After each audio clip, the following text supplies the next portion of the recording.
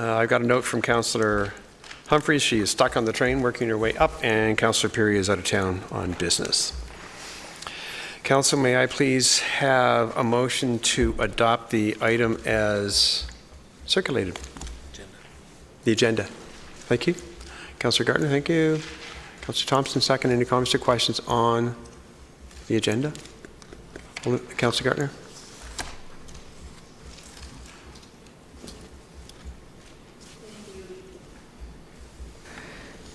I'd like C2, R1, 2, and 4. We're not there yet. Oh, we're not there yet? Oh, on the approval of the agenda. I have no questions on that. Thank you. All in favor? Opposed? That is carried. Thank you. Council declaration of pecuniary interest and general nature thereof. Seeing none, Mr. Clerk. We have no presentations this evening. We have no delegations. We're in the consent agenda. Mr. Clerk, you changed it up a wee bit. You sent out a memo. Maybe you could just walk us through that. And then we'll go to the consent agenda. Sure. Through you, Mr. Mayor, a hallmark of the consent agenda has been that C1 has been the general committee report. As per the new changes in the procedure bylaw, it's no longer.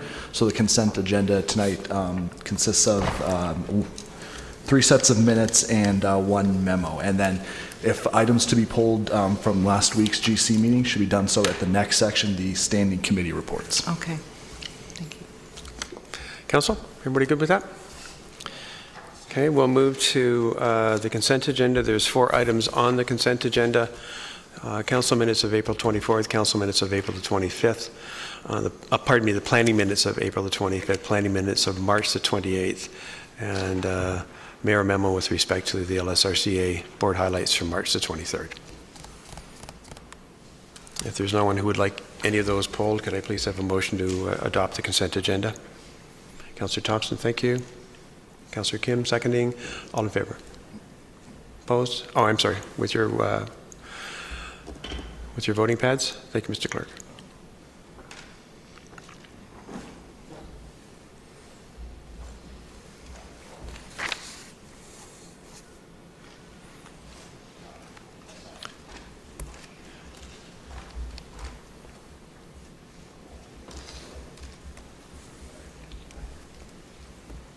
Councillor April, using your pad, please.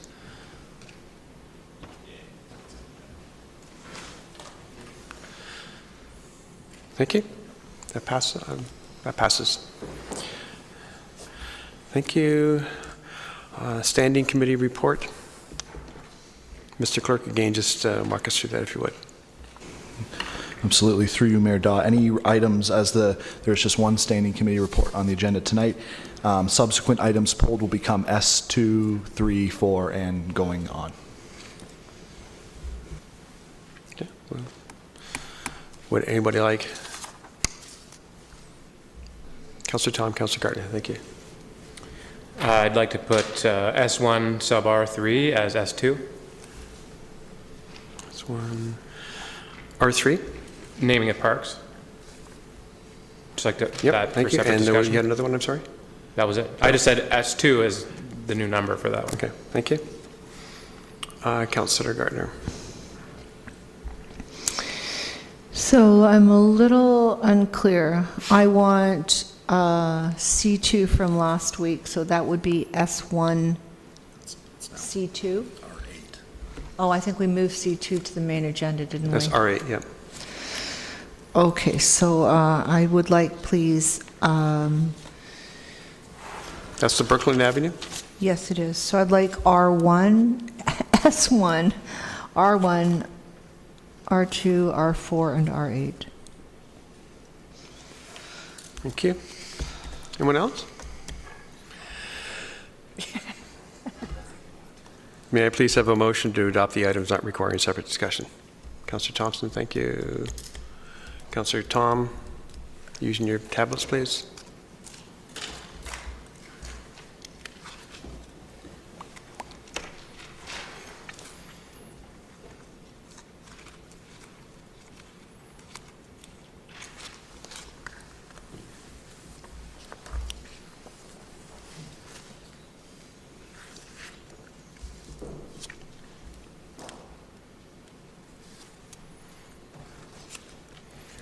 That's carried. Thank you very much.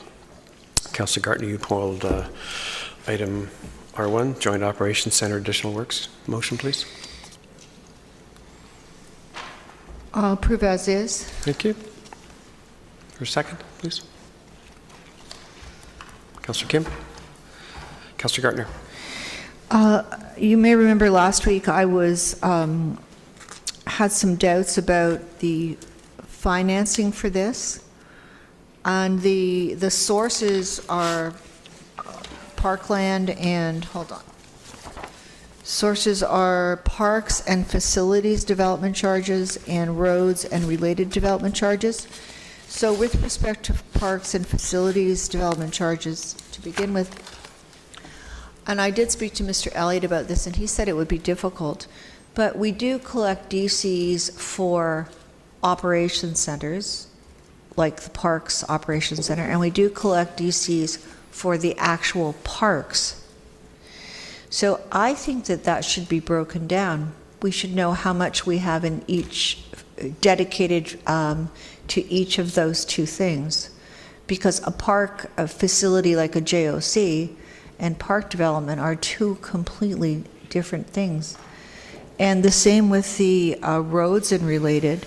I mean, we collect money for infrastructure, but we've also collected money, I think it was a third, we used DCs to the JOCs, toward the JOCs, something like that. So to me, these are very different things. To have an operational facility that we've collected money for, and to have infrastructure or park development that we've collected money for. I think these things should be separated out, and Mr. Elliott did say it was hard, but I mean, we must have that somewhere in our financial memory bank so that we know how much we've collected for what. Through you, Mr. Mayor? Mr. Elliott?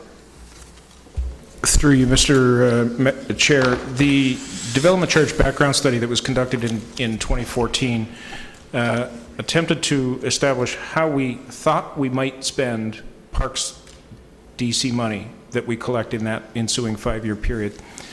And it included some portion towards building parks and some portion towards building a new parks depot.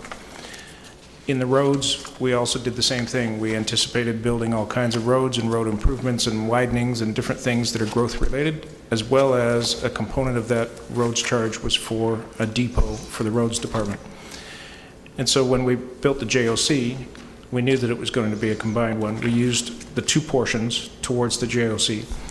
I haven't got the exact proportions. It's set out in the 2014 development charge background study.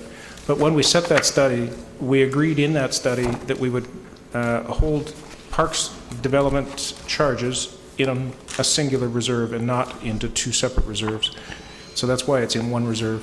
And likewise in roads, the two pieces are also in one reserve. So when we funded the JOC, I took some DCs from the roads and some DCs from the parks in proportion as they were at the time in the 2014 background study. Thank you. I should know this, but I can't bring it to mind. Does parks development include facilities, or is that a whole separate? Mr. Elliott? I have to apologize. The word facilities landed in that report. It should have been not there. So it's a bit of a red herring. It's parks development, and so it's outdoor parks amenities, not to be confused with indoor facilities. Indoor facilities is a different reserve fund, and we're not using that for the JOC. Thank you. If I was to ask you now how much money is left in that fund for park development, would you be able to say? Mr. Elliott? Not off the top of my head. I'd have to look it up, but I'd be able to tell you what we had at the end of December. I couldn't tell you what we have today. Okay, but it would be very clear what was there for park development and what would be there for capital works. Mr. Elliott? It would not be very clear. It would be what's the balance in that singular reserve. Okay. So the two are pooled together, and they're muddied. I agree. They're muddied together. Okay, and I'm just saying to Mr. Mayor, Mr. CEO, Mr. Elliott, I don't like that way of counting. I think we were talking about two very different things, and we should be able to know at a glance what money is dedicated to each as we go week by week, month to month. Thank you, Councillor Gardner. Are there any other speakers, please, on this item? Seeing none, using your tablets then, calling the vote. All in favor, all opposed.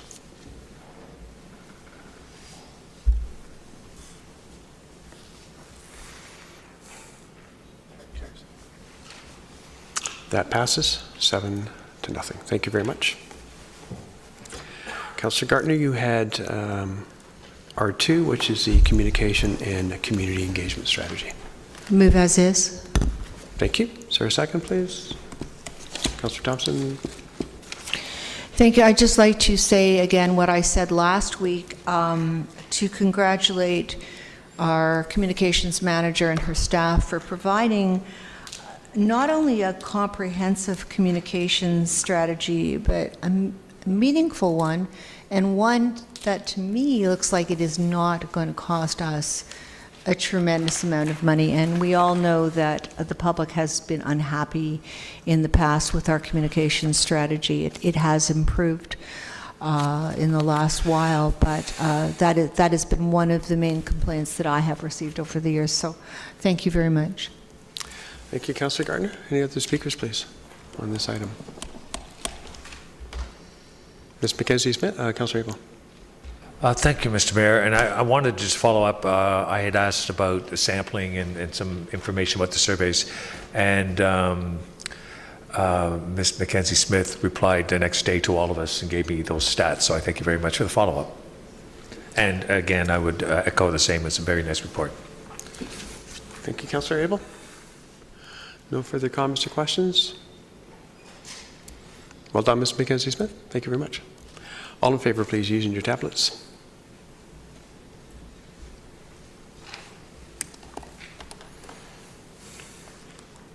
And that carries 7-0. Thank you. We'll move to item R3, which is the naming parks. Councillor Tom, you pulled that?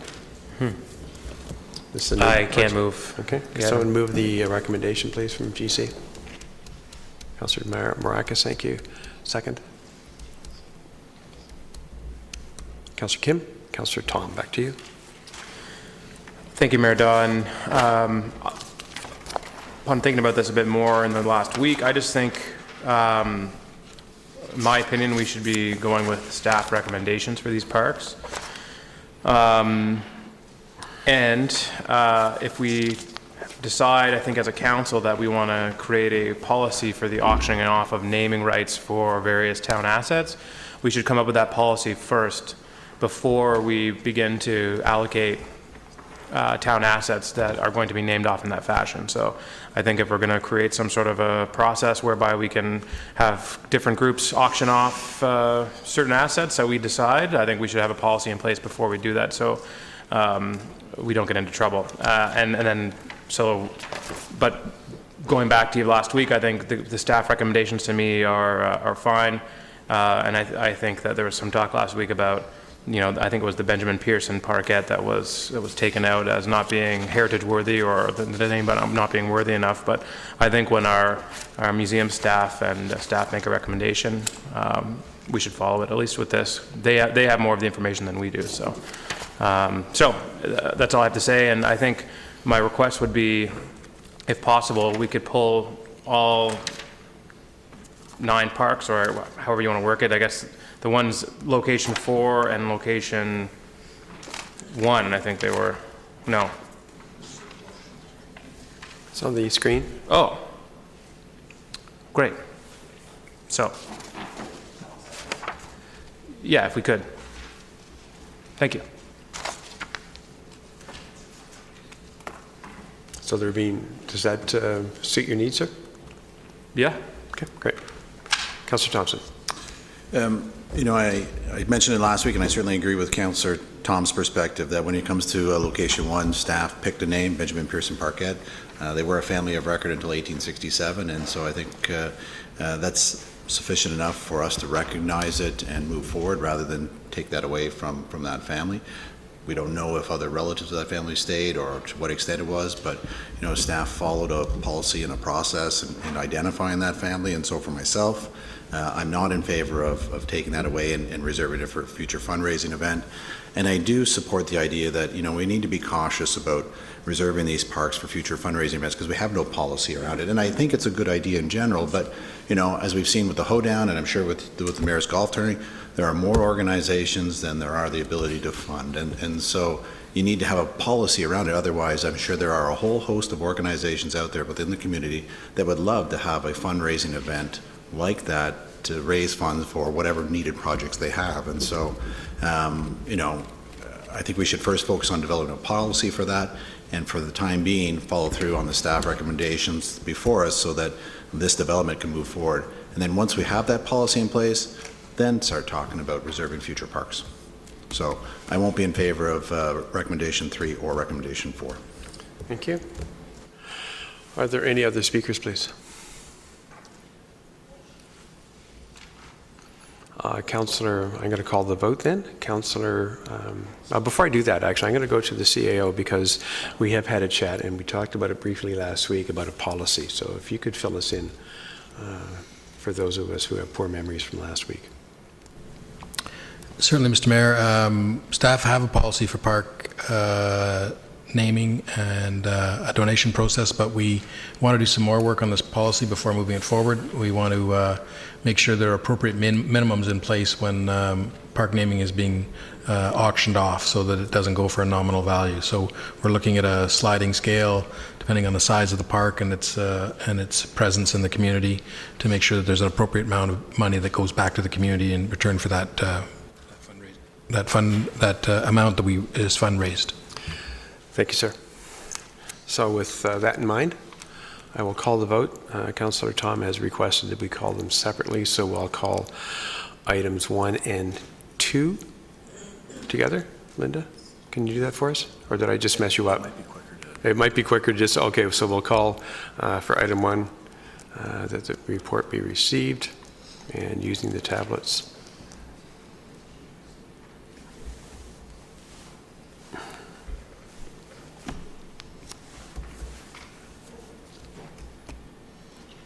And that carries 8-0. Welcome, Councillor Humphreys. We'll go to clause 2. And that's a selection of names for the 7 Town of Aurora parks be approved as presented. Same mover and seconder. Using your tablets, please. All in favor or contrary?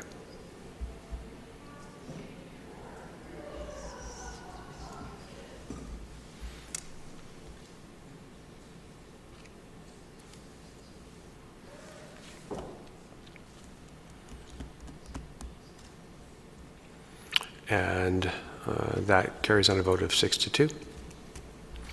Clause 3, which is referring to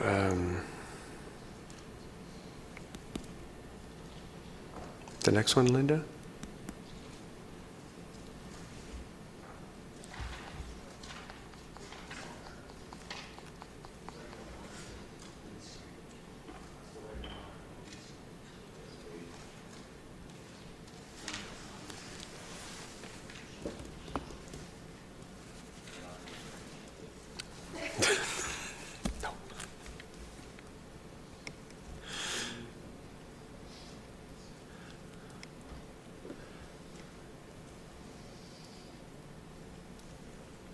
Okay, the location for Mattamy Phase 4 Parkette be reserved for a future fundraising event. Voting in favor or against, please.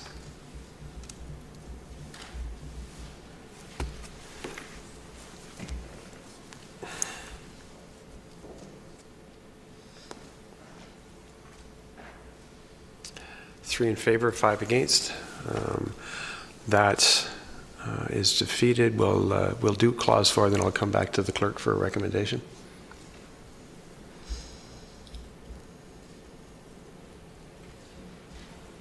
And clause 4 is at location 1, Brentwood, the Ballymore Parkette, be reserved for a future fundraising event. Using your tablets, you're voting in favor or against.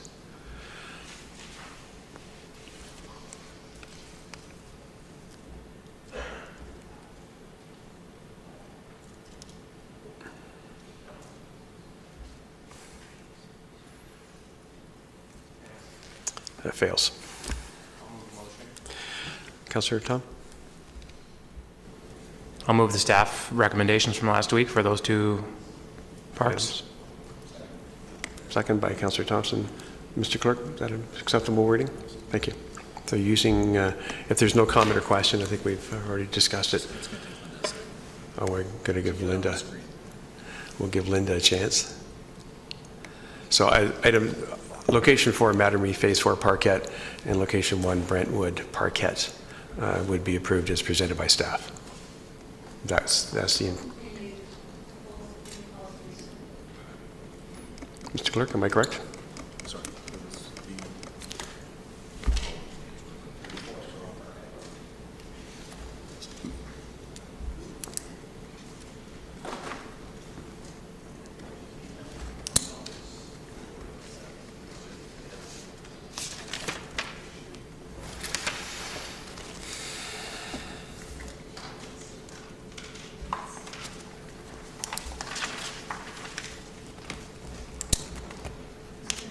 Councillor, just a sec here, I'll do my best. Could number 3 be called separately because it has no heritage value? I'm sorry, could you repeat that? Could number 3, could bullet number 3 from last week be called separately? We just did. No, I know, but no, but could we pull it, could we also call it again separately this time? Just number 3, the Forest Grove Park? There are two that can be Forest Grove, Constant Pearson, Forest Grove, all separate. Because it has no historical significance, it may change. Okay. I would you do me the favor? Thank you. We can do that. Linda, we're going to... I'm sorry? You did move the motion as both.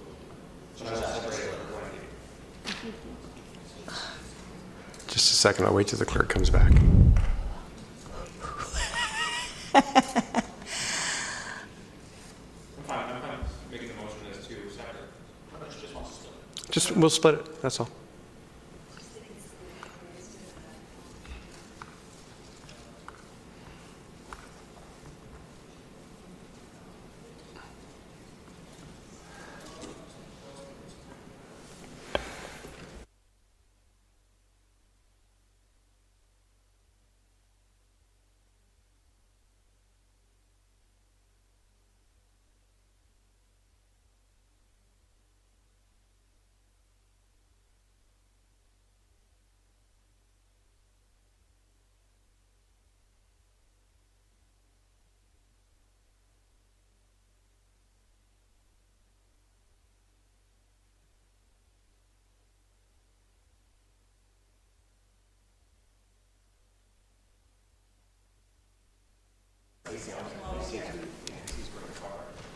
Councillor.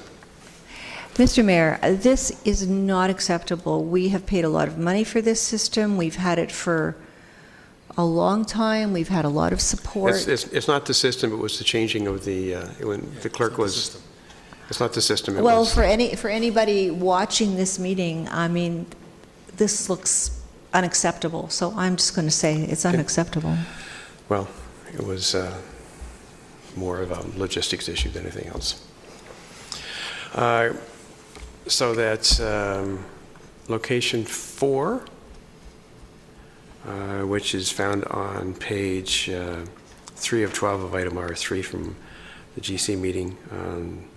That location 4 be named Forest Grove Parquet. Councillor Tom and Councillor Thompson have moved and seconded that. Using your tablets, please.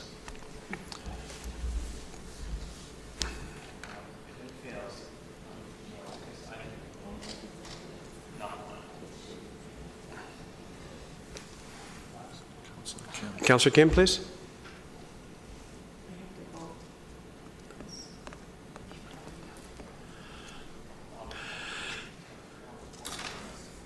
Okay, all the votes are in.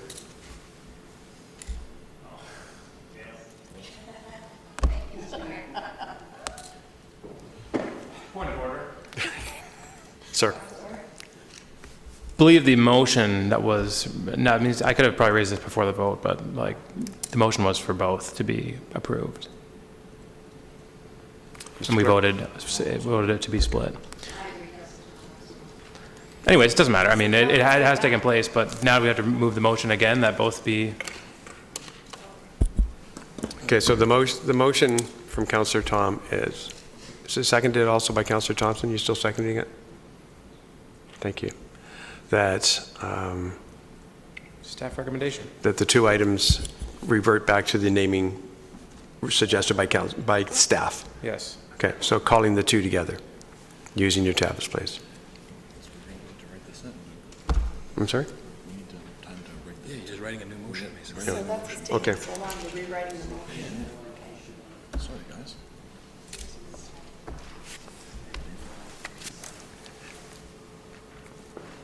So what are you voting on? I've lost track, frankly. You're voting on both again? Yeah, we're voting on both. We're voting on the staff recommendation for both parks. What are you doing about the second half of this other one?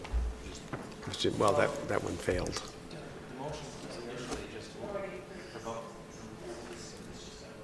But they agreed to separate it. Yeah. And the motion, First half died. yeah. That's fine, I mean, but if it dies, it just what happens? Just that Parks will get named. Well, then it needs another motion. So I just made that motion, I was putting it together. I didn't realize I split it. All I wanted was the park to be named the way the park.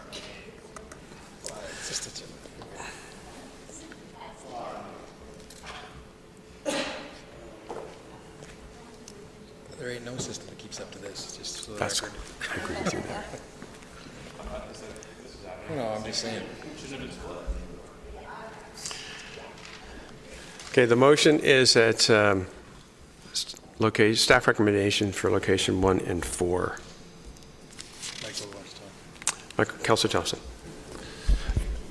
And while I'm supportive of the motion in front of us, I just want to be clear with the clerk. We just had a vote on location 1 that failed. Does this not become contrary? I mean, procedurally. I don't think it does, but I'll go to the clerk. That's fine. If it failed, it would require a new motion. And Councillor Tom did make a new motion. I just want to get clarity from the clerk, fair and enough. that's fine. I'll side with the mayor. I think this is in order. Okay, that's good, because I'm in favor of it. Thank you. Using your tablets, please.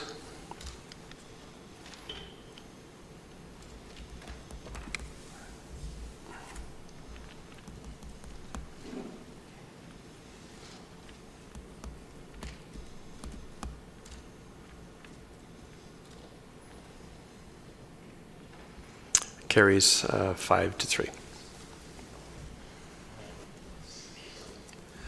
Thank you.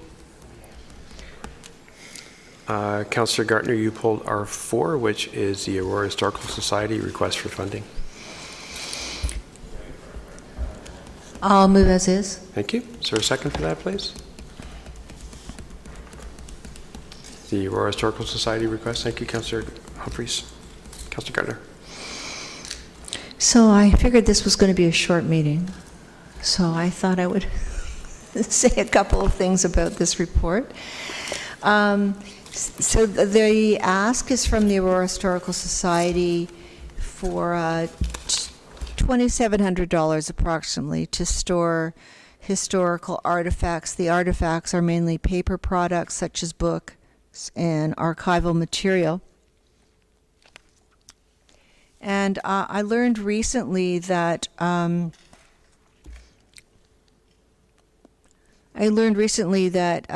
we have something that Hillary House considers a hidden gem, and it is a collection of Canadiana and medical texts from a very well-known surgeon and medical historian, Dr. Charles Godfrey.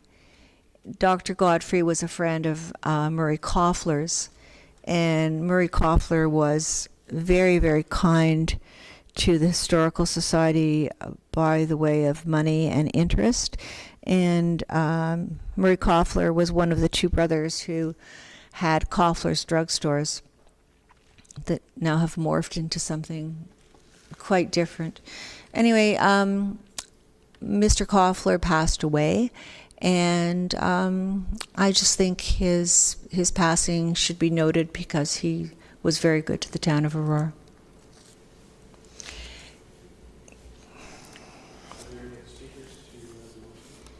Clerk, are there any other speakers to this motion, please? Seeing none, using your tablets, voting in favor or against?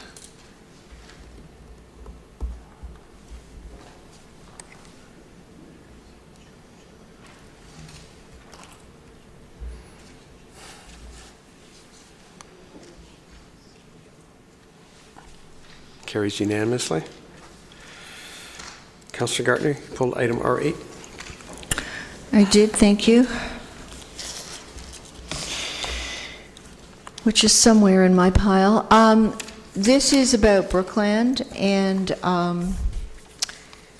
we discussed it quite a lot last week. I just wanted to say that when we have an infrastructure project that includes an important environmental feature, in this case it was the restoration of the culvert on Brookland that goes by Brookland, I think that when we're looking for, when we're sending out our requests for a contractor, we should be looking at a contractor who has experience with environmental works like this. The road work is secondary. We can tender it at the same time. But what we're looking for is a contractor who has experience in this case, it turned out to be very delicate and difficult restoration work. So I've passed that on to Mr. CAO. I just wanted to mention that at council. Thank you, Councillor. Oh, I do have one more thing, sorry. I'm sorry? I have one more comment. Would it be in order, as we did cause a lot of, I rephrase that, there was a lot of inconvenience caused to local residents and businesses. Would it be appropriate through you, Mr. Mayor, to Mr. CAO, to put something on our notice board that says we regret the inconvenience to, in particular, the businesses? To the businesses, and in particular, the business that was affected the most was Stems, the Riedel store. Would that be appropriate, just to say we were, I mean, without getting ourselves, how did we do that? Staff. Thank you. Maybe I've missed something. Ms. Mackenzie Smith has.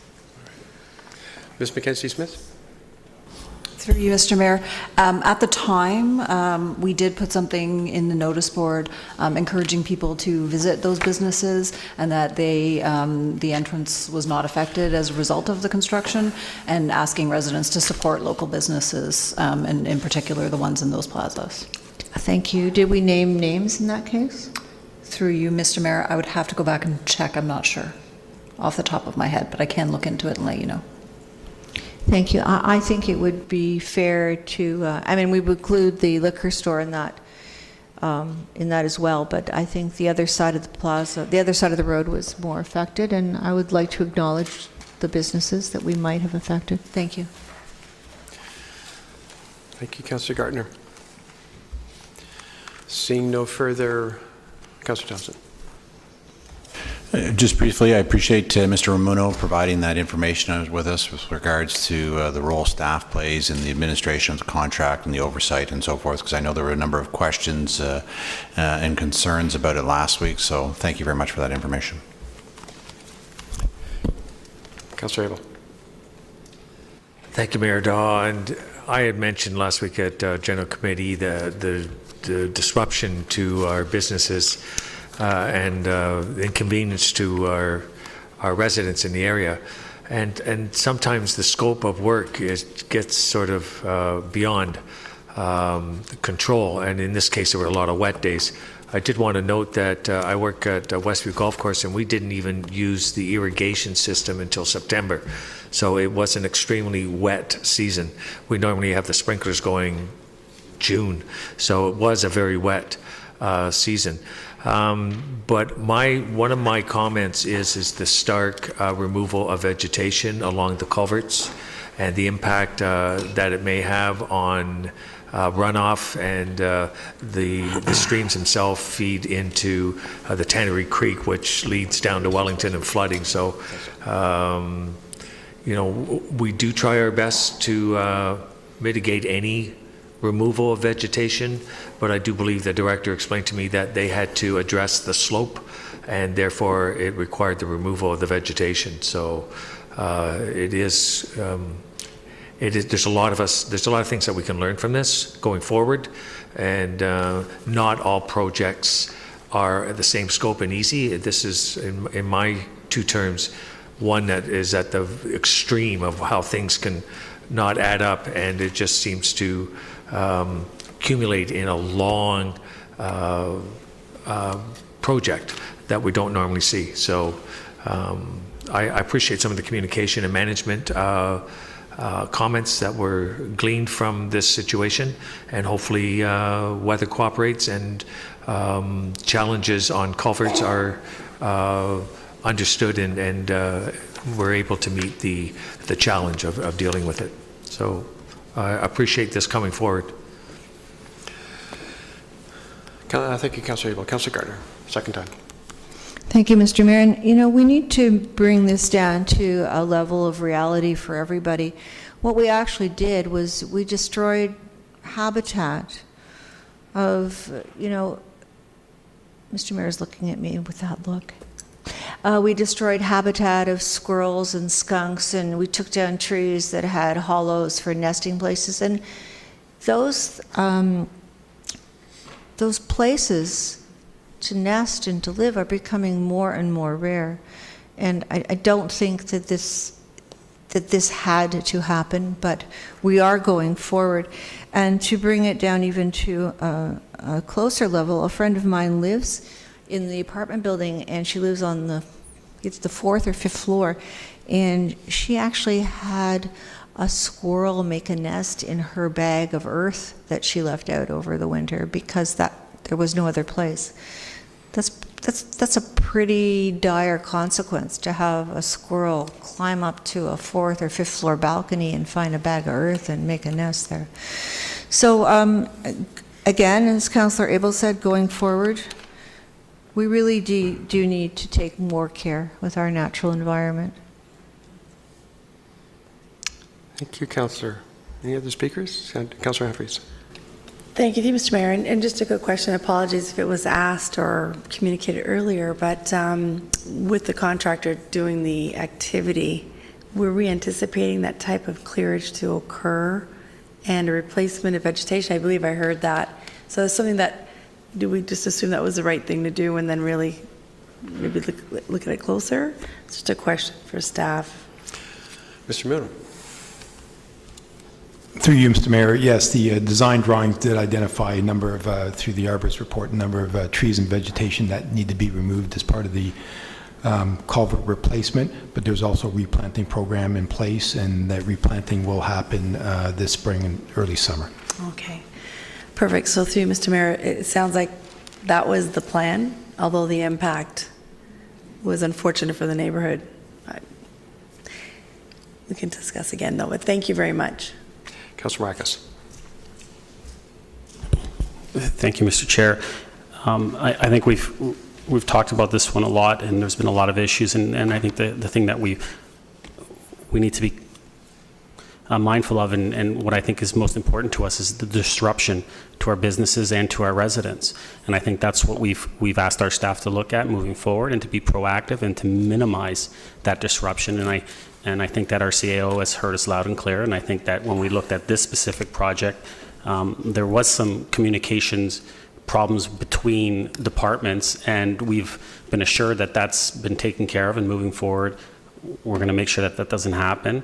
I think there's a lot of things, and they've been identified, that we could have been proactive in doing, regardless of the weather. I mean, we all know that the weather is unpredictable, and it could cause delays within projects, but if we put the proper measures in place, I think we can do a better job to minimize that disruption to our residents and our businesses. Thank you, Councillor. Any other speakers? And indeed, I think we have learned a lot, and staff have taken a number of corrective measures to ensure that we don't have a project like this again. Councillor, second time. Thank you, Mr. Chair. Councillor Gardner brought this to my attention. If we could also notify in instances when we're doing construction, also the renters, not necessarily just the property owners or the owners of, right, because sometimes the renters don't get notified and it's the owners of the property. So it might be useful that we get that word out to them as well and just make sure that we do that. Mr. Ramuno, don't we deliver to the house? Through you, Mr. Mayor, we do, and with respect to businesses, we actually have staff going door to door. Okay, well, But, so in an apartment where most people are renting, we deliver door to door in the apartment? No, I believe that is, notice is going to the general mail and in those instances. But again, we can look at making improvements there and ensuring that all unit owners in a building receive individual notices. Thank you. thank you, Mr. Chair. And I think that's what it comes down to, is if we can just make sure that they're notified next time something like this in that type of environment. So thank you. Councillor Kim? Thank you, Mr. Mayor. I just have a question through you, Mr. Mayor, to Mr. Ramuno regarding the pre-qualification process. You stated that by pre-qualifying contractors, it minimizes risk of underperforming contractors by screening out the unqualified ones. Is this inferring that in the past there may have been or have been unqualified contractors doing town work? Mr. Ramuno? To you, Mr. Mayor. I'm not sure about that, but I think the, entering into pre-qualification is, you're going to ensure that we're getting the most expertise in a group of those bidders bidding on a specific job, in this instance, a road construction project. That way we'll have a roster of these pre-qualified companies that we can go to for each and every project that we have, to ensure that they've got the expertise and the capacity to undertake that job. So I think that's a definite benefit that we're going to implement. It's one of those strategies that we haven't been doing, but we will be doing moving forward. Councillor? Thank you. I think one of the challenges of the construction industry is that there's only, you need, and I mentioned this last week, I believe, and you need a lot of scale to bid for some of these projects, or almost all of the projects. And most of the time when you have scale, costs should decline, but in the construction industry, when you pre-qualify, only a handful of companies are able to pre-qualify because they have the scale to do the end-to-end construction process. So in the end, is this better than having, let's say, 3 smaller companies bidding for different stages of each process? So when you have more, let's say, mid-sized companies bidding for each stage, then you have just as good quality with less cost. Does that rationale make sense or no? Mr. Ramuno? Through you, Mr. Mayor. Again, it's hard to know sometimes how many bidders you're going to get on any given job. I mean, you've seen some of these awarded contracts. I mean, it can range, but I think the intent here is to do the pre-qualification, because we really do want that sort of group of companies that are, have that expertise and have been doing that type of work in similar sized municipalities. I mean, you really want to be able to nail it down to that individual group. And again, that roster, we can go through that process every 2 or 3 years to ensure that, we do open it up to perhaps new companies that are out there doing that type of work. But we think that's the way to go. And lastly, the report talks about liquidated damages being included into future contracts. And in my discussions with other councillors and other municipalities, and just having this discussion a couple of years ago on a couple of other projects here in town, we talked about liquidated damages and asking companies who come in finishing the job late, or the quality is not where we expected, to have them essentially be penalized for that. In reality, does that really work? And incorporating it into a contract, does that work? And are you aware of other municipalities that was able to hold the contractor up to liquidated damages? I'm going to refer that, Councillor Kim, to Mr. Serio. To Mr. Serio. okay. Thank you, Mayor Daw. In regards to your question about other municipalities, unfortunately, I'm not able to answer that right now. But I believe when I first started, we did use that provision for some other matter here. So I know that the clause does work, and it has been used, at least by us. Okay. Great. Well, that's positive news, and I'm glad that we're going to incorporate this into all future contracts. Thank you. Thank you. So I was going to say before the board lit up that even though I'm on a large, heavily treed piece of property, the squirrels still find their way into my attic. So they get anywhere and everywhere, including 4th and 5th floor balconies. Using your tabs, please. The vote is motions on the floor to receive for information.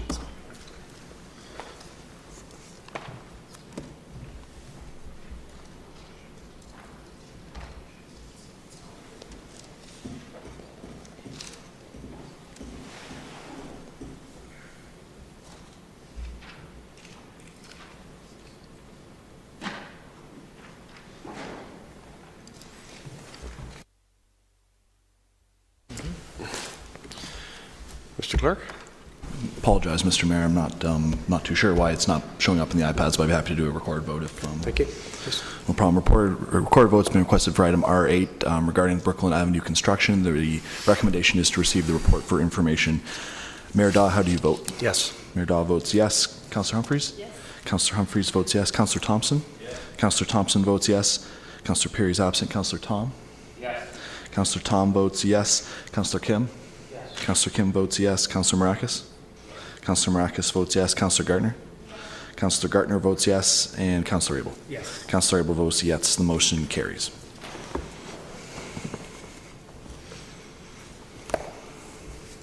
Thank you, Mr. Clerk. That finishes the items.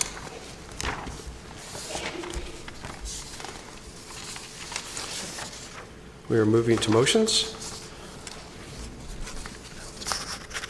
And Councillor Abel, if I may pass the chair to you, please. That's after.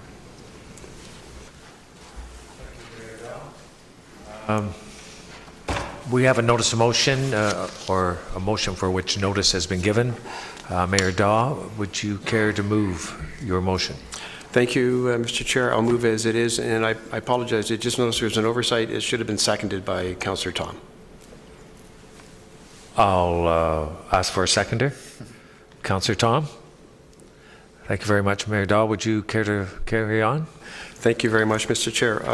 In discussions that I had with Honorary Colonel Bricker, the Queen's York Rangers, we were discussing some other way to acknowledge the presence of the Queen's York Rangers with the change of purpose of the Armory, and we came up with originally a street naming concept, and given that there's no real streets coming up, certainly in the short order, with respect to naming opportunities, I bounced the idea off the Colonel of calling the pathway essentially through Town Park as Queen's York Rangers Lane.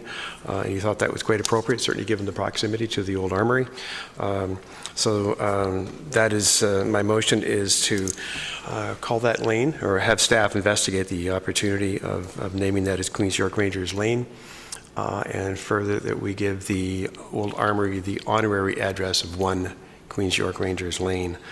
There is an incredible tie-in between the Queen's York Rangers, the Armory, Town Park, and even Niagara College. So I think I believe it's a great fit, and I would certainly appreciate my colleagues' support on this. Thank you. Thank you, Mayor Daw. I have comments, and Councillor Gartner, you're up first. I think it's a great idea. Thank you. Would anyone else care to comment? Councillor Kim? Thank you, Mr. Chair. I also would be in favor, and thank the mayor for bringing this forward. Given the, when we were going through the process of the logo, one of the suggestions for one of the logos was to remember the history of the armory and the prior usage, and certainly the naming of this lane would certainly help rekindle some of the people's memory of what the armory is and was. So I'm in full support. Thank you. Thank you, Councillor. Councillor Thompson? Thank you. I'm certainly in support of it, and I'm sure council will be as well. When it does get approved, is there a plan to have an official event around the, I guess, the naming of the pathway as well? Has there been any conversations with our communications director or so forth, perhaps to Stephanie? Mayor Dahl? Thank you, Mr. Chair. It was touched on during the discussions, but obviously we had to wait for it to pass. Thank you. But the intent is I'm sorry? The intent is there will be an event? Thank you. Councillor Maracas? Thank you, Mr. Chair. Yeah, I'm in support of it. I'm just wondering, did we not pass something to have staff look at town-owned walkways and naming rights to generate revenue? I'm just wondering, are we going to be looking beyond this? Was this part? It just kind of flashed back to me when we said that we're going to be naming a laneway, and I'm just wondering, I was just curious, did we not talk about something? I'm not sure if it was Councillor Kim or someone that had a motion talking about trails or laneways or... I'll ask Councillor Kim if he'll respond. Thank you, Mr. Chair. I did have a motion a couple of years ago about identifying unnamed laneways, and I believe staff came back and identified 2 or 3, but in terms of the costs, I believe the costs of putting out the pole and the sign, it wasn't worth what revenue it could bring in terms of naming. So you're right.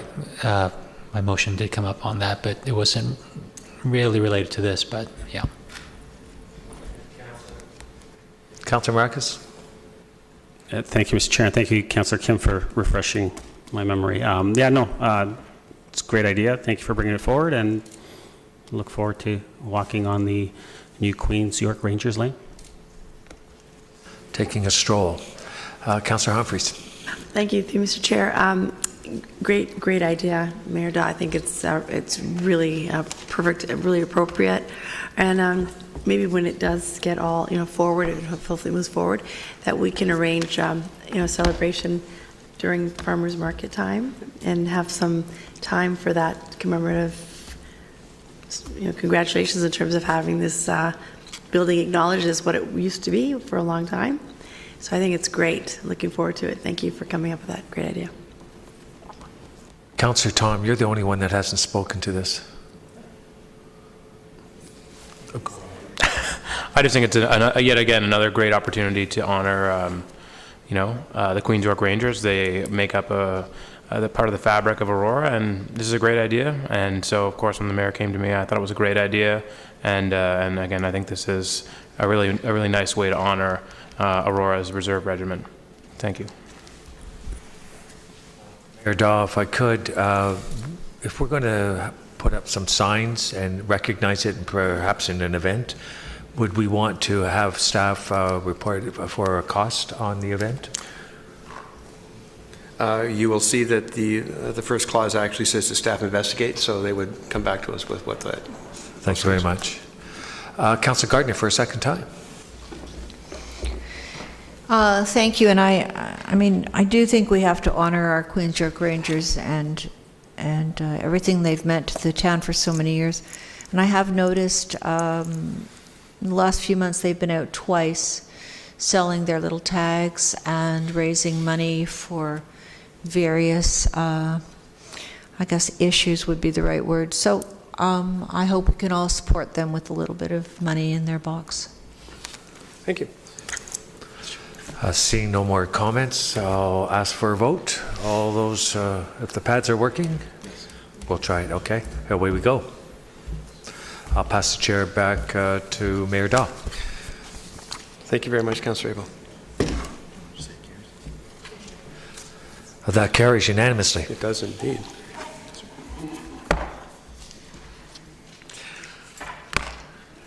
Item 9 is the regional report from April the 19th. Someone care to put that on the floor, please? Councillor Thompson, thank you very much. Second, Councillor Tom. Any comments or questions on the regional report? Councillor Gardner. Thank you, Mr. Mayor. It is an early evening, so I'm not going to feel too guilty about my questions. On page 3, there's a highlight balancing the needs of seniors with all residents through new housing eligibility models that help low-income residents access affordable housing options. I'd like more information about this, and the last time you tried to put me in touch with someone, we just kind of didn't work? No. So could I ask you to find the appropriate person and have them contact me? Will do. Thank you, really appreciate that. This is really for communications. It's on page 5. They're talking about vector-borne disease to limit the impact of West Nile Lyme, and for the first time, I believe, Zika virus. And they do have some ways to try and prevent this, so I'm wondering if this would be something that our communications department could also put out, because these are terrible diseases. If you, Ms. Mackenzie Smith.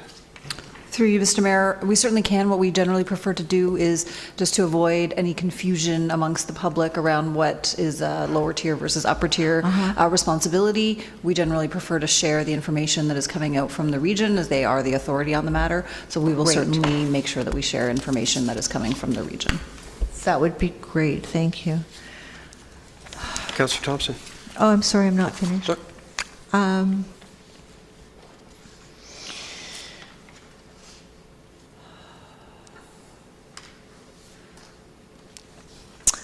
You know, I'm looking at the money that the 4 different hospitals in York Region got. Mackenzie Vaughan got $6.6 million. We got $2 million. Is there, do they base it on need, population? Well, Mackenzie Vaughan is a new hospital. Mackenzie Richmond Hill only got just under 2. So I'm wondering, is there a formula that they base this on? Because I know our hospital needs all the money they can get.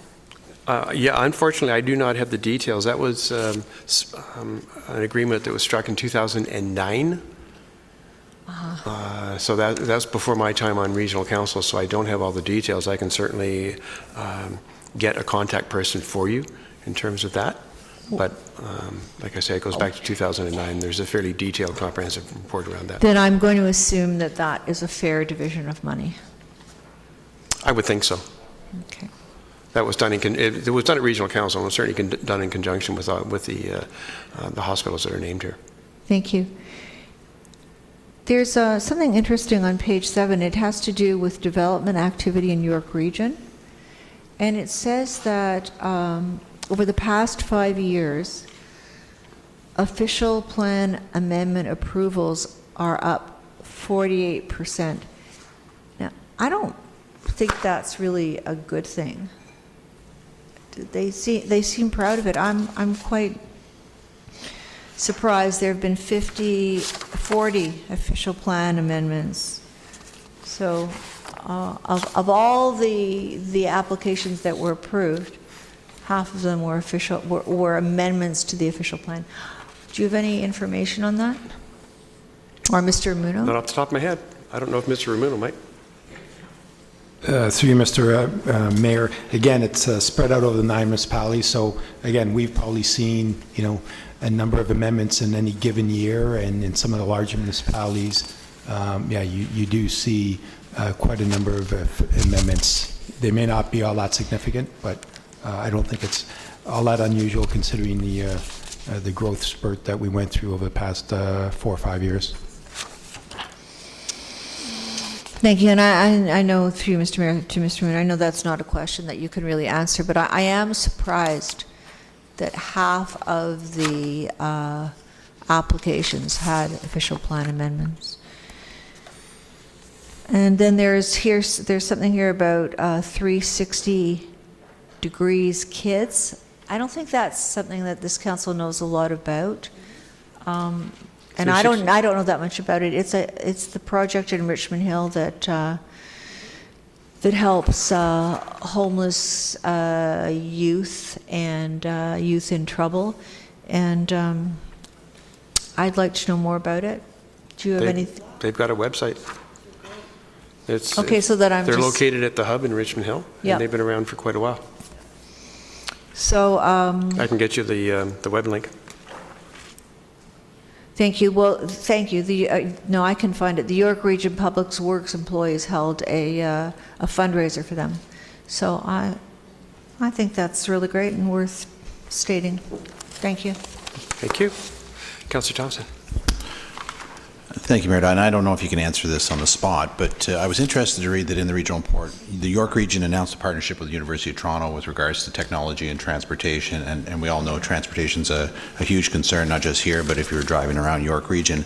I was wondering if you could provide a link to maybe some further information for those that are interested to understanding more what that partnership entails, or perhaps maybe either have someone speak to it at a future meeting, or perhaps yourself just expand on it a little bit. Because I certainly think that from the brief paragraph I read, I mean, it's certainly interesting as they proceed forward and how they're going to include that smart transportation technologies and what that means for us here in Aurora in the future. Yep, I will do that. So I'm assuming then you can't speak to it on the spot? No, I cannot. That's fine.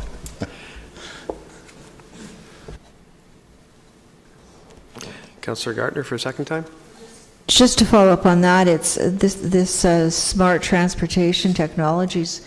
They're talking about automated vehicles, and I really would like to know how that's going to affect all of us. So, yeah. Councillor Maracus.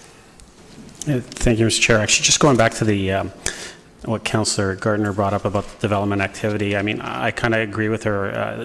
The report makes it seem like it's a good thing that nearly half of the development that was approved with amendments to the official plan, and they make it seem like it's a good thing. But nowhere in it does it state, other than generating DC charges, what is the benefit? What was the benefit of allowing those amendments within the region? And so I think that might be useful in future reports. Maybe you can kind of mention that to them, that they could maybe give a little bit of a list of what are those specific benefits to the region overall, other than money. That would probably be, I'm not sure if they collate it that way, but I can certainly look into it. Thank you. If there's no other comments on the regional report, all in favor using your tabs, please.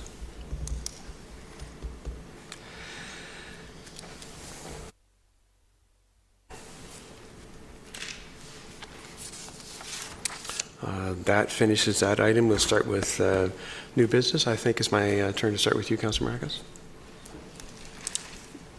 Thank you, Mr. Chair. Through you to, I guess, Mr. Ramuno. Mr. Ramuno, on the road Thomas Phillips Drive, which is just north of St. John's, starts at William Graham. It's my understanding that we have not put up any speed signs yet on that road. And so there's a lot of people driving incredibly fast along that road, that stretch. It's a quite a long stretch. I know there might be a few stop signs, but the residents have mentioned that there is no speed signs, and they've talked to YRP, and YRP is unable to enforce without the speed signs being there.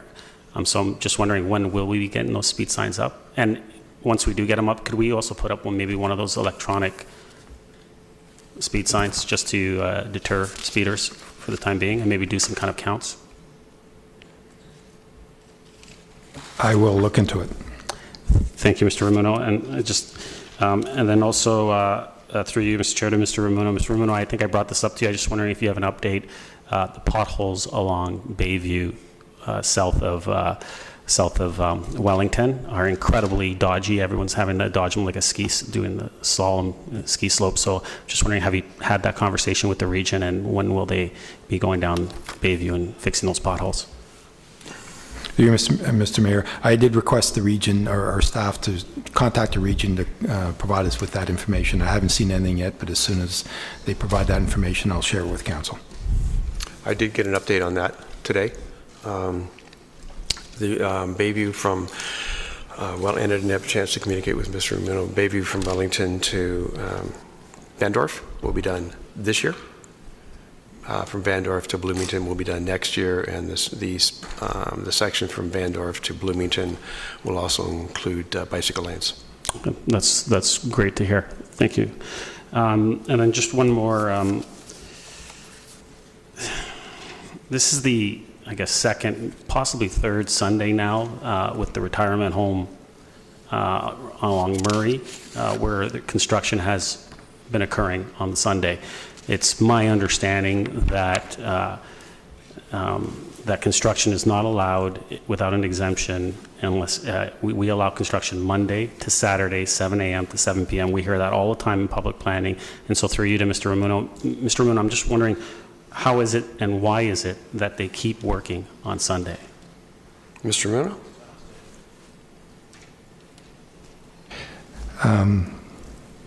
Can't answer that, but I have I've asked the owner to get the message out to all their subcontractors that they shouldn't be working on Sundays. So I had a discussion yesterday, and we had some success with the development down on south of Ridge Road, and we've put the same call into the owner and developer of the seniors addition at Seton and Murray. So I'm sure they'll respond accordingly. So, thank you, Mr. Ramuno. So if they're working this Sunday, will,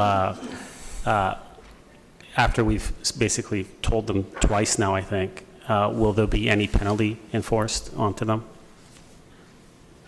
Mr. Ramuno? I'll defer that to Ms. Van Leeuwen. Ms. Van Leeuwen, please. Through you, Mr. Mayor, our noise bylaw does regulate construction noise. However, our noise bylaw only regulates construction noise in residential zones, commercial zones, and industrial zones. This is an institutional zone, and our noise bylaw is silent on institutional zones, as well as other zones such as rural zones or open space zones. So we don't have any enforcement tools in this case. Councillor? So if I'm understanding correctly, they are allowed to work on Sunday. I'm hearing two different stories. So I'm just wondering, are they allowed to work on Sunday, or are they not allowed to work on Sunday? Ms. Van Leeuwen? Through you, Mr. Chair, unless there's other provisions in an agreement elsewhere, our noise bylaw does not apply to the situation. Councillor? Okay, well, I mean, if that's the case, I think that's a big loophole that we need to have fixed immediately, because, I mean, I don't understand how construction can be happening on a Sunday, especially since we sit here at public planning all the time, and we constantly, when we hear the residents come on and say, well, when will construction be happening? And we answer to the residents all the time, and we say, Monday to Saturday, 7 a.m. to 7 p.m.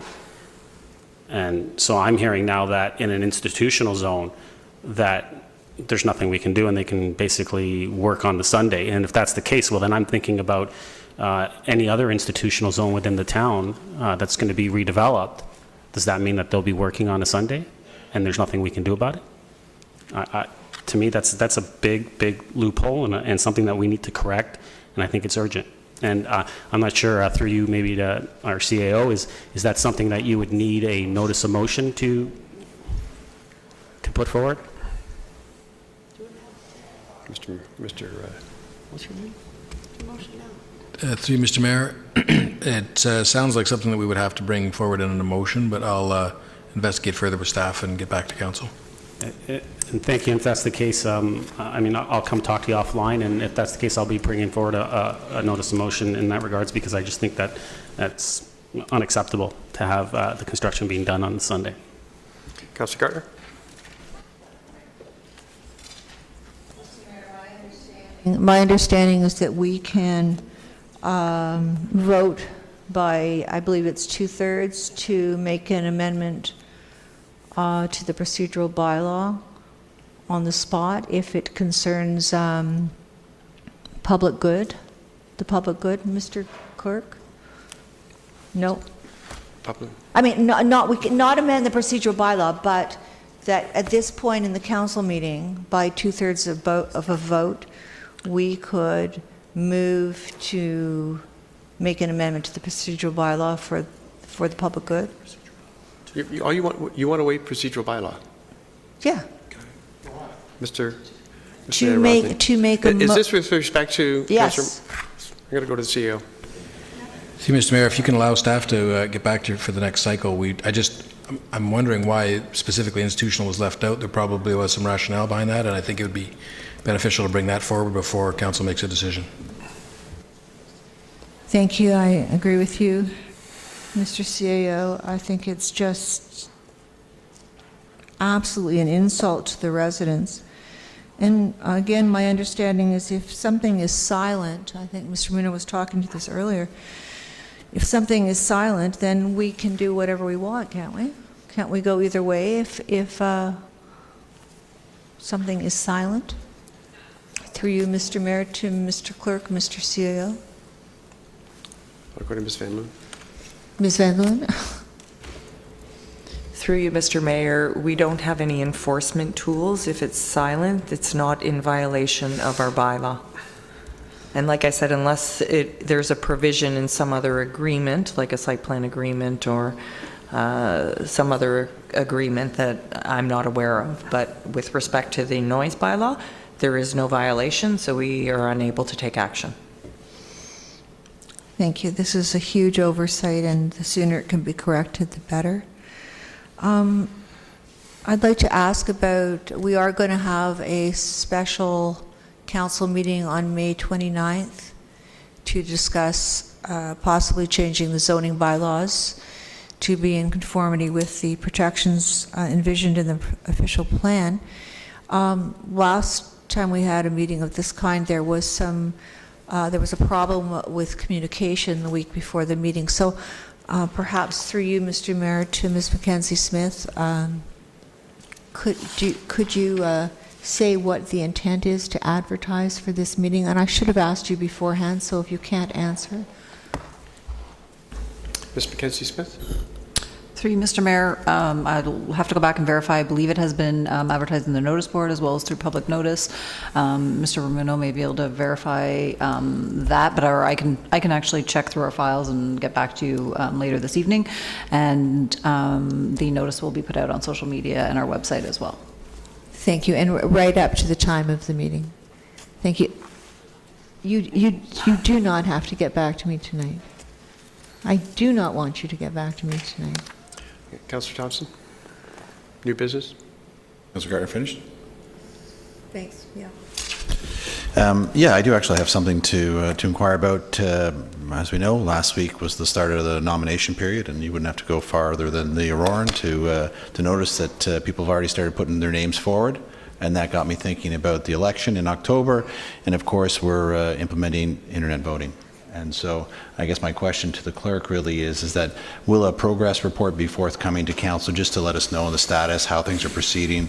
You know, it is a significant project, and I'd just like to have some assurances along the way that, you know, we have the proper testing management in place so that when the switch gets flipped on October 22nd, it will, or sooner for the advanced polls, that it'll be flawless. Mr. Clerk. Thank you, Mr. Mayor. And through you, absolutely, Councillor Thompson. We're going to bring forward a report. I believe we're looking at the July cycle. June's a little bit crazy, but we're looking at the July cycle to talk about the implementation of internet voting, what residents can expect, what council can expect to, and then we'll be providing all candidates with some literature that they can pass out when they're out there meeting the residents. You know, try and make this as seamless a transition to a different system of voting, of course, with the paper as well still being an option as we possibly can. Councillor. And I appreciate that. I think also my concern really is just from the technical aspect, you know, I mean, not to belabor the point. I mean, we've instituted technology here within our agenda management system and had some issues along the way. And so I'd like to see us, even if we can get some interim reports with regards to the implementation, just the testing process, so that we know that, theoretically it's going to work the way we believe it's going to work. Through you, Mr. Mayor, absolutely, that's no problem. We're actually doing, the report will detail the part of the security audit that the system will be undertaken, I believe, within the next 6 weeks, and then Great. Perfect. Councillor Abel, new business. Thank you. Councillor Humphreys, new business. Just one quick question.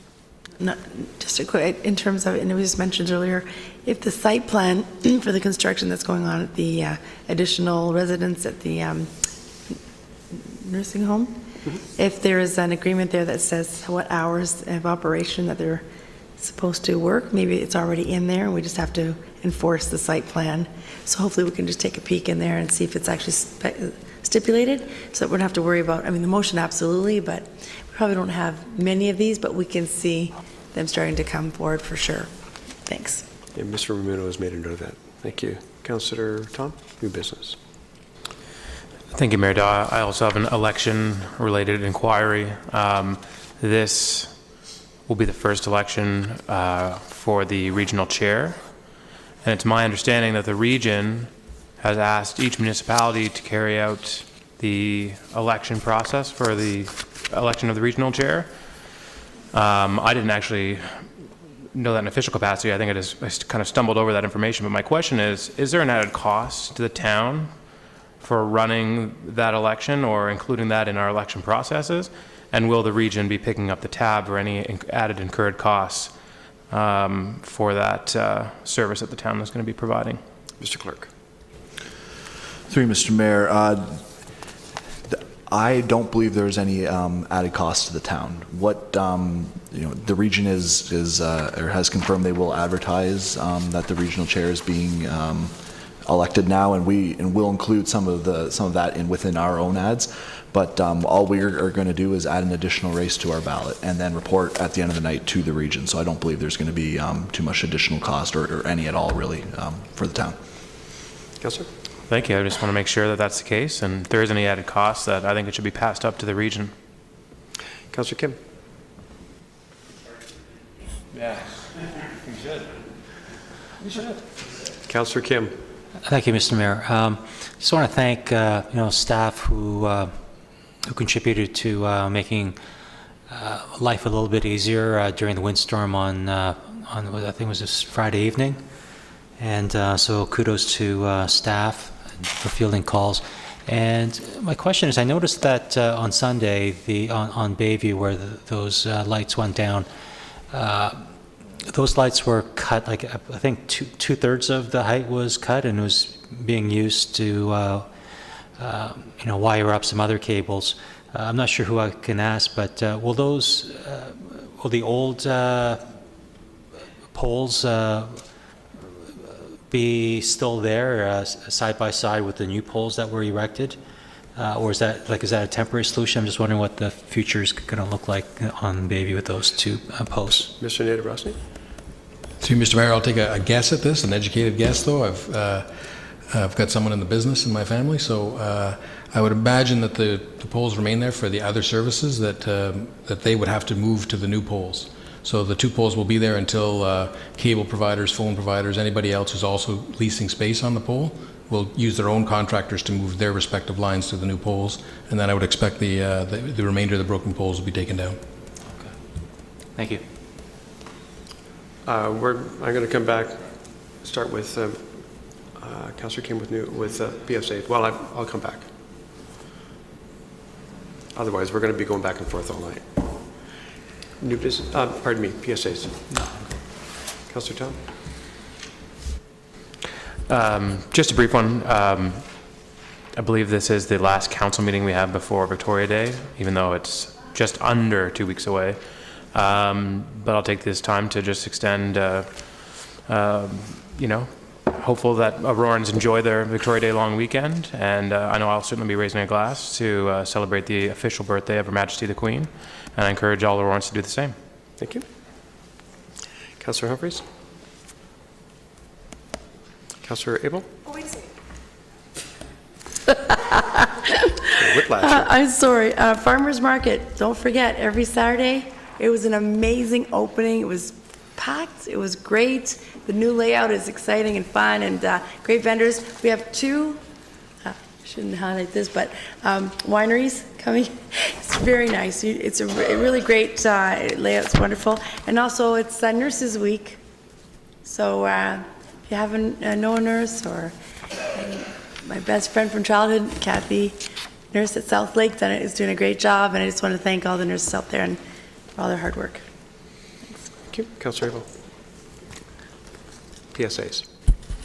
Thank you, Mr. Mayor, and I just wanted to take a moment to acknowledge the passing of Craig Nesbitt. He is the nephew of a former mayor, and there was a celebration of life, and of course the Nesbitts are a great family here from Aurora, so I just wanted to pass along my deepest sympathies on behalf of the loss.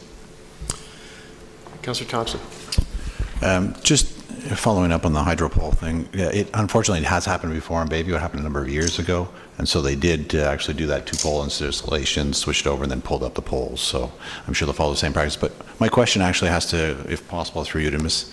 McDougall with regards to the soccer dome. So, we have seen that the temporary solution is to move the programs to other parts of the town facilities. But do we have any indication of when that soccer dome may be up and running again, or are we looking at relocating programs for the long term? Ms. McDougall. Through you, Mr. Mayor, we have heard from the owner who has been in contact with his insurance company. From what we understand, at best, it might go up on the next few weeks, but he's got things to do that he's got to sort out. So at this point, we are looking long term to potentially move programs, but right now they're in cleanup mode to get rid of any of the materials that have come down due to that the storm, as far as the tarp as well as the lighting and electrical. So at this point, we're still waiting to hear what his final decision is. So do we feel that we'll be able to move all of the programs, or do you think there's going to be some losses or cancellations? Through you, Mr. Mayor, we do anticipate there may be losses because it says of May 15th, our outdoor fields start up or thereabouts. And at this point, we're trying to accommodate them in that way, or working with the schools, but I anticipate there will be some losses of time without that dome. So I'm sure my fellow councillors feel the same way, but perhaps we could just stay in the loop about what's happening there, because I certainly get questions by the residents asking who had programs there. So thank you. Councillor Gardner. Thank you.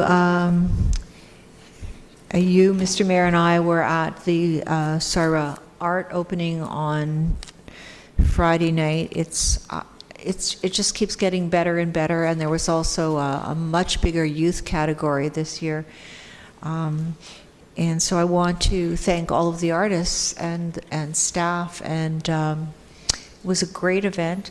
We did not lose power, but then I went over to the leisure complex to exercise and got stuck actually during the power outage in a washroom that had no lights, and got to the emergency exit, which also had no lights. And Ms. McDougall is going to look into all of this for us, but we were very lucky. We didn't lose power for very long, and the ice was cleared appropriately. Everything was done very well.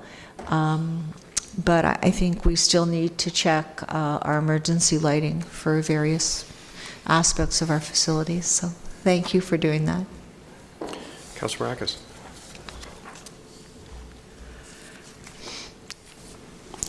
Thank you, Mr. Chair. I just want to remind everyone that this coming weekend, starting Friday, is the theatrical performance of Temple of Fame. First night is Friday, May 11th at 8:30 p.m. There is a reception before the performance. The first reception on Friday night is going to be hosted by our MP, Leona Alislev. And then on Saturday, the performance will be at 8:30 p.m. and the reception will be hosted by the Aurora Chamber of Commerce. And on Sunday, the performance is at 2:30 p.m., and the reception that day is a Mother's Day tea, and the tea is being offered from 1 to 4 p.m., and it is hosted by the Aurora Historical Society, and I am being told there are a few tickets left. So if anyone does want tickets, they can go to Snap the Aurora online, Aurora Chamber of Commerce online, or to the Hillary House, the Aurora Museum and Archives, or to the Town Hall right here and pick up some tickets. So I would encourage everyone to go out and get their tickets and make sure they show up to the show. It is a once-in-a-century show. I think they said that the next one will be 2118. So I don't think anyone will be here to see the next one, so they might want to get the tickets and see this one. So, and you might actually see someone that's sitting around this table, Mr. Downey. So, okay. So I look forward to seeing everyone there. So. Thank you very much. Councillor Gartner, quickly, please. Mr. Downey, it's your night. I would just like to congratulate Mr. Downey. A resident came to me and said there were some serious potholes on Henderson, and that was just after the ice storm, and I sent a message to Mr. Downey that when he had time, he could please look at those potholes, and I believe that they were done the next day. So thank the residents, thank you. Thank you. The spring and summer programs is newly out, aurora.ca/rec guide. The Name Your Square contest is on till May 31st. I think Library Square is still in the lead. Aurora.ca, more information can be found on our website. Pause in the Sark is going to be this Saturday, another busy weekend in town here. From 10 to 4 at the Stronach Aurora Recreation Complex. And I was trying to think of something cute to say, but everybody's getting a swag bag. There's got to be some other thing that the dog is going to get. I just haven't come up with anything yet. I'm sorry? A doggy bag? Good. All right, well done. And the official opening of Thomas Coates Park, formerly Mavernack, will be held Tuesday, May the 22nd at 5:30, and it is open to the public, and everyone's encouraged to come. I've heard a lot of great comments on the park so far, so well done, parks people. Thank you. Councillor Thomas, moving the bylaws, may I please have a second? Councillor Thompson. All in favor using your tablets, please?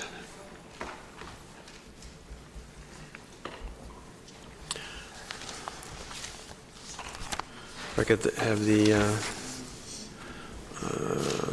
everybody's in, that passes. May I please have the confirming bylaw?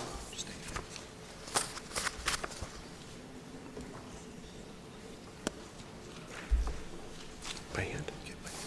Confirming bylaw by hand, please. Mover and a seconder. Councillors Tom and Humphreys. All in favor, please. Opposed? That is carried. Thank you very much. And finally, last but not least, a motion to adjourn. Councillor Gartner, Councillor Abel. All in favor? Opposed? Thank you very much. Carried. Have a good evening. Thank you, staff.